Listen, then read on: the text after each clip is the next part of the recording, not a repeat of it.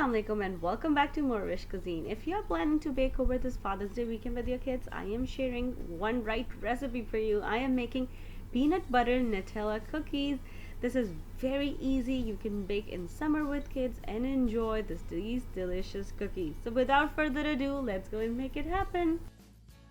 So let's start a recipe. Bismillah. First, to make this recipe easy mode, I am using packaged peanut butter cookie mix and following all the instruction at the back of the package, adding oil, water and egg, and mix until everything is combined. You can do it with the spoon or using hand is preferred. Mix until everything comes together and turn it into a dough.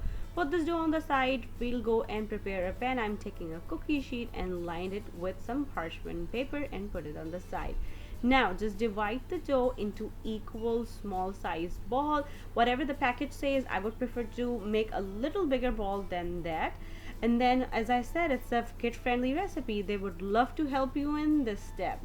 Now pick up each ball, just flatten it out and make it like a little hollow bowl and put Nutella in the middle of that, and then just seal it lightly and try to keep the Nutella in the middle, and then make a smooth shiny ball like so.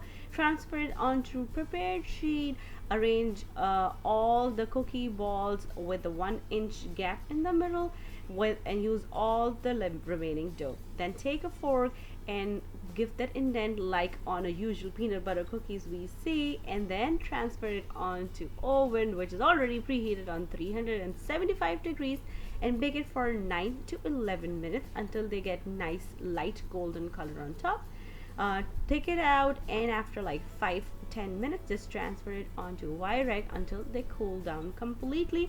Then you can transfer it onto airtight container. And here I want to show you the big reveal, the stuffed Nutella in the middle. You can, as I said, just transfer it onto a jar or enjoy these peanut butter Nutella stuffed cookies warm with a cold glass of milk.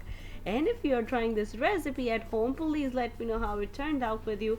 If you want to learn something else, let me know. Leave me a comment down below and I will try my best to make it happen for you guys. Once again, thank you so much for watching. And if you like this recipe, don't forget to click on the links to enjoy a lot more recipes like this.